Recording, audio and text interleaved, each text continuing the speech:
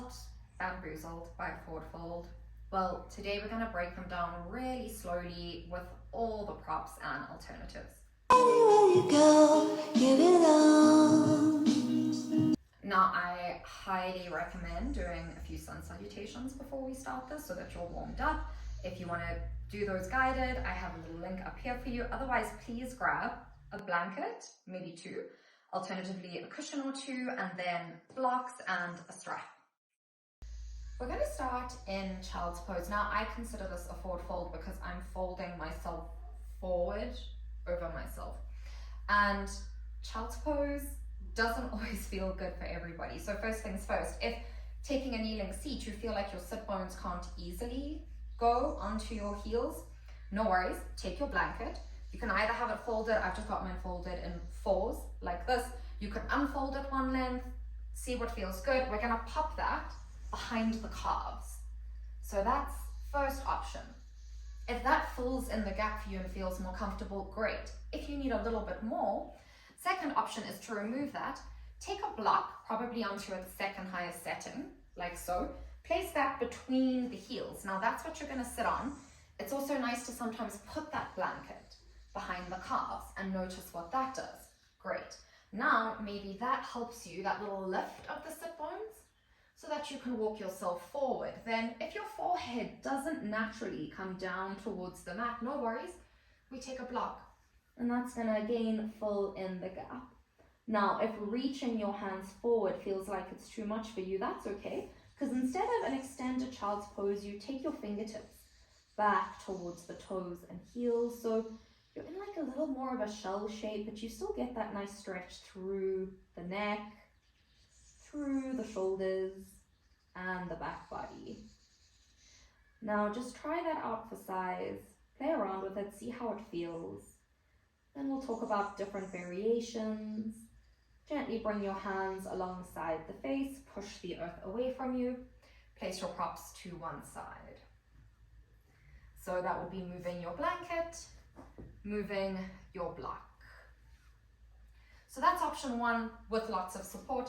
Second option is knees towards one another, or at least knees in line with hips, walking yourself forward, hands forward. Again, you can place a block underneath the forehead if it doesn't naturally come down to the earth. If this feels a bit claustrophobic for you, especially if it's not first thing in the morning and you've had like some food today, is when I find this next one is most useful. Take your knees to the outer edges of the mat, let your big toes touch, and lower down. Again, you could have a block either underneath the forehead, and if your chest doesn't come far forward here, block underneath the chest. So as you can see, there are lots of ways to do this first forward fold, and it's a really nice warm-up. It's one that I love for the beginning of class. If some days you only have like 5 minutes for your yoga, it could be a child's pose, a cat-cow, and then some sun salutations, and you've still done something for your body that'll help you focus on your meditation and the other elements of your yoga practice.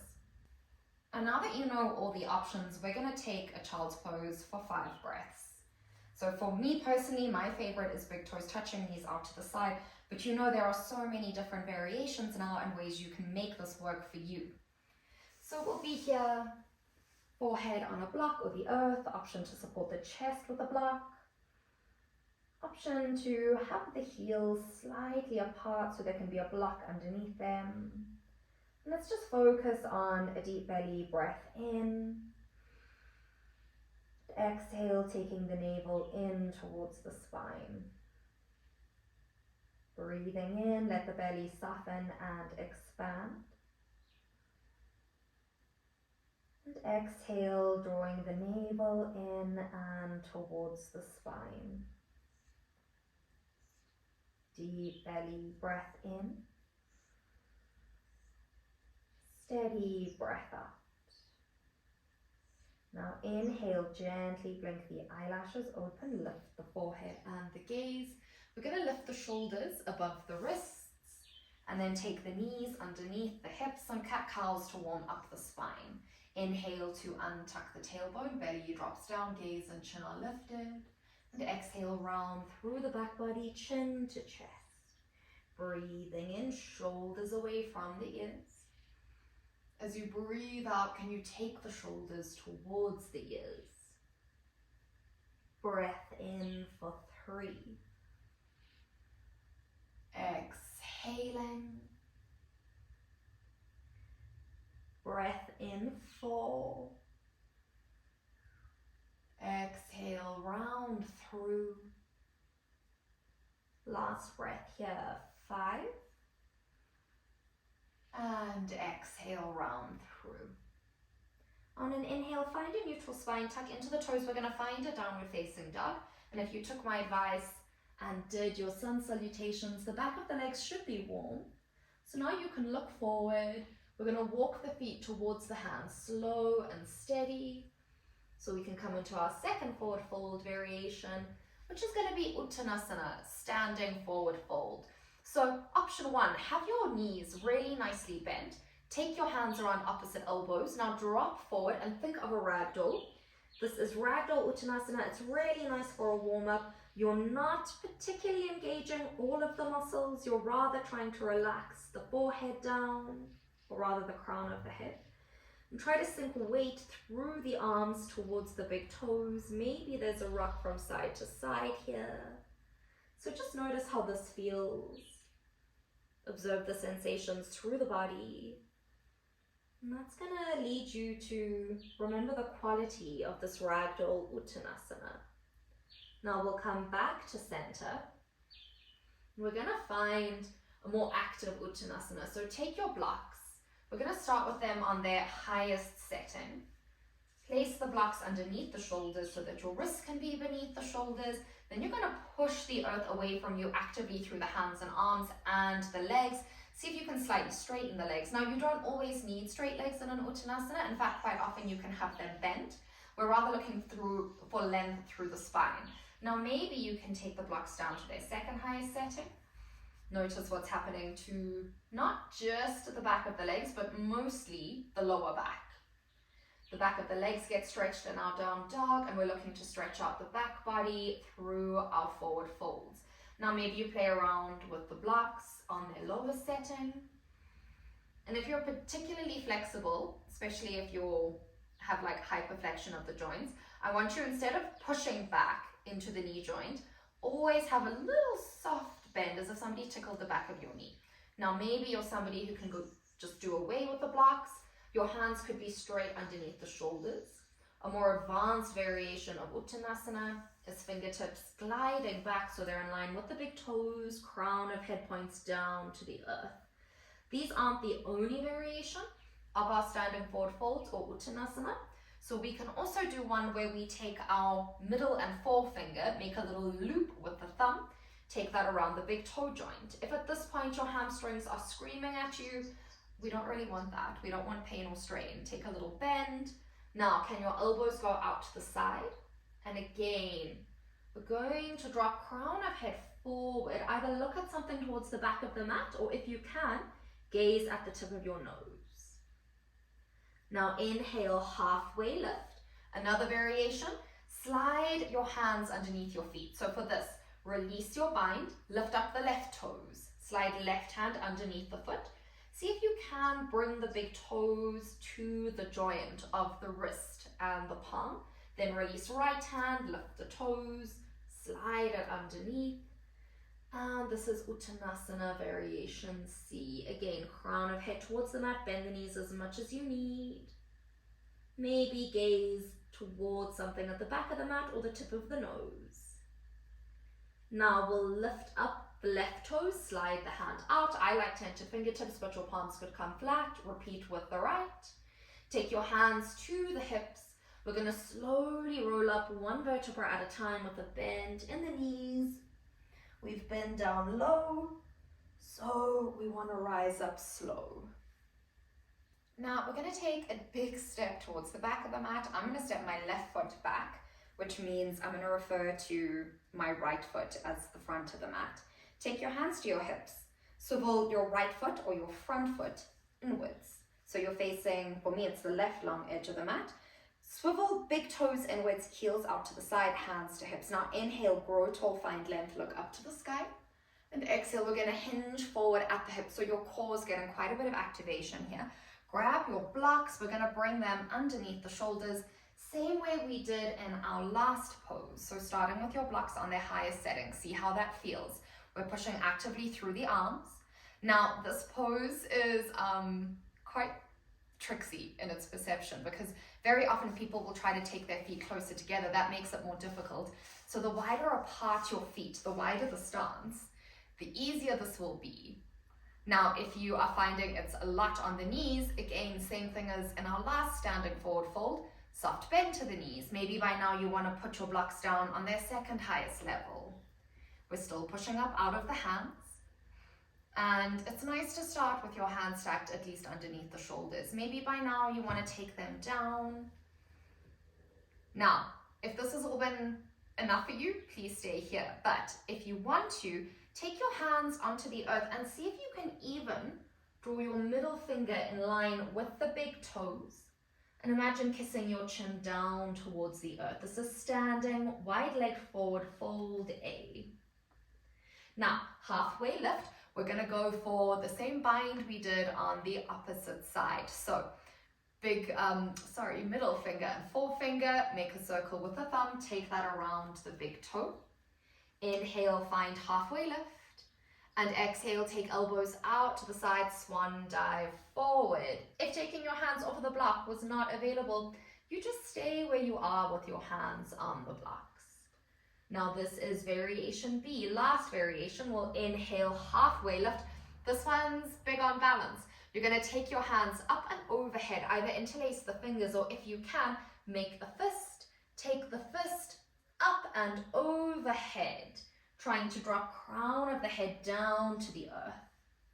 We'll release, inhale, hands to the hips, halfway lift. Now we get to sit. So take your fingertips to the mat, heel toe your feet in. For me, just like 1 foot's distance is enough. And we're gonna drop down, yogic squat, take your left hand behind you. Whew, we sit.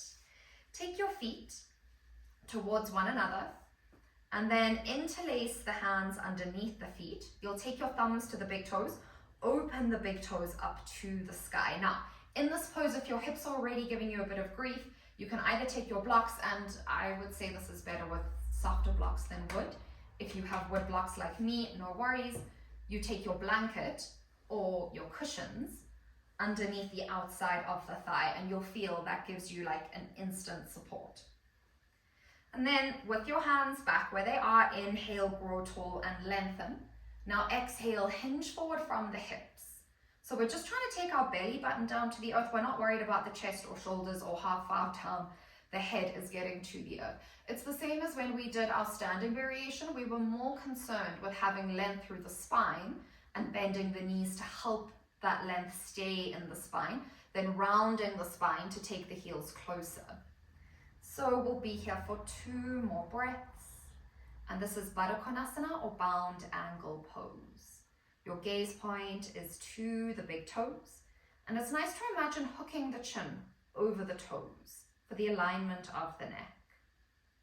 Now, another favorite of mine, left hand comes outside the feet, right hand to the back of the heels, push the feet away from you. Now we're looking for a diamond-shaped space between the sit bones and the heels. Our hands cradle the feet once more. This, in the lineage of yoga I've studied, being vinyasa, is generally the only time a teacher will ask you to round through the spine. So just think about dropping your head towards your feet. Your shoulders can round, your limbs can be loose and soft. And this is quite a deep neural stretch through the back of the neck. So this is one of the few poses where the principles for forward folds don't apply. But inhale, rise up. We're going to do another 2 of the more basic forward folds, I would say, or in the way I teach, they are, where those principles you've been learning do apply. So draw the knees into the chest. We're going to swivel to face the top of the mat. Have your blocks, your blanket handy, and your strap. Now, if at the beginning of the video you were like, hey, I don't have a strap, that's fine. Pause me, grab a belt. Maybe you've got one of those ties from your dressing gown. Just any long piece of fabric is a strap, essentially. So once you're back with me, if you had to leave, extend your left leg out long. Now flex your left foot, and you want your left heel in line with your left sit bone. Then use your hands to gently guide the right knee out to the side. And just like you did in your Baddha Konasana, if your knee is quite far away from the earth and it's feeling a bit, it's not a nice feeling, grab that blanket and we're going to support by filling in the gap of air between the earth and yourself underneath the right outside of the thigh. Then this is where your strap can come in handy. So unravel your strap, take it long and loose between the hands. You can hook that over the ball of the foot. And what this is going to do is, in essence, extend the reach of your arms. So inhale, square the shoulders over the left thigh, keep flexing the left foot. Now exhale, bend the elbows. Try to get just the lower belly to the upper thigh. If your hands can walk down the strap, happy days. But if when they do, notice if the shoulders come up towards the ears. We want that bend in the elbows because it most of the time helps drop the shoulders away from the ears. We're going to hold this for 3 more breaths. I say most of the time because each of our bodies is physiologically different. And as much as science supporting yoga is a very helpful thing for naysayers, it also takes out the experiential part of yoga that is so important and that has been passed down by and large through the culture and the places that yoga comes from. On an inhale, you can now rise up, take your strap to the right side, we're going to need it later, right knee into the chest, extend the right leg out long, Janusriyasana, head to knee pose on the opposite side, left knee into the chest, guide it out to the side. If your knee is lifted quite a bit away from the earth and you did it on the other side, support your left hip by placing it at the outside of the left thigh. Grab your strap, it's going to go over the ball of the foot.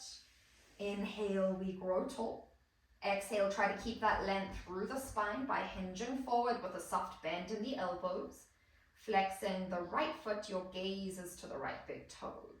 Now take a break from that drishti or gaze point to look at your elbows. We want elbows equidistant to the earth. And remember that soft bend through the elbows will help the shoulders relax away from the ears. 3 more breath cycles here. And exhale. 2 more breaths. Exhaling. If your hands want to walk further down the strap, you can do that now. Last breath. And exhale. Now inhale, we rise all the way up. Place your strap to one side. Draw the left knee into the chest and extend it out long. We're going to go for Paschimottanasana, which is Western forward fold or extreme seated forward fold. If you find that it's really difficult to have that flex in your feet and your hamstrings just sitting here feel tight, then your folded blanket will go underneath the knees. You can also grab a block for underneath the knees, but same thing as earlier, rather something soft than a wooden block, or you can just layer a blanket over your wooden block. Then we'll take our strap. We're going to have it a little bit loose so it can go around the feet, remembering that that might be a lot for you. Inhale, we grow tall and lengthen. And then exhale, we hinge forward, just until the lower belly comes to the upper thighs. Again, that same principle of wanting to keep length through the spine and rather bending the knees applies. Our drishti or gaze point is to the big toes. And just like you did in Baddha Konasana or round angle pose, imagine hooking the chin over the toes. Breathing in, breathing out. Have that bend to the elbows. See if you can soften through the shoulders so they're not hiking up towards the earlobes like a pair of earrings, but they're dropping down and away. We'll be here for 1 more breath. Now inhale, rise up. Now our last forward fold, and you'll see the principles are the same throughout, will be our seated wide leg forward fold. So move your blanket if there's one beneath the knees, have it within arm's reach. You're going to use your right hand at the inside of the left thigh, left hand at the inside of the right thigh to open your leg out to the side. So we're looking for a space at about a 45 or a 90-degree angle. You don't need to go any wider. If the knees and the hamstrings are giving you grief, a little bend through the knees, either prop up with your blankets, your cushions, or your blocks. Here we want our toes facing towards the ceiling, so feet are flexed, so the muscles are switched on. Now your hands will come in front of you. Inhale, grow tall and lengthen. If this is enough for you, stay here.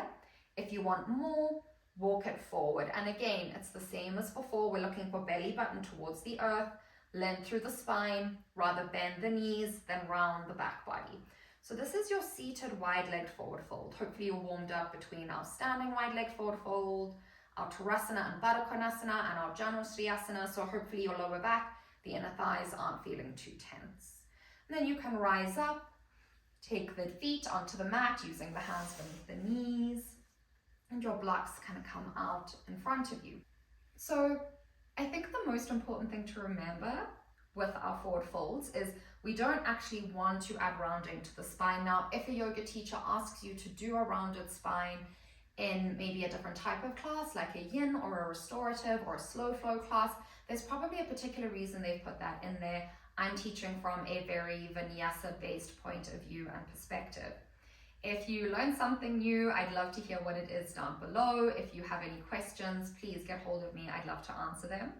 It was so great to see you, and I'd love to see you again soon. Thank you for allowing me to guide you through your practice.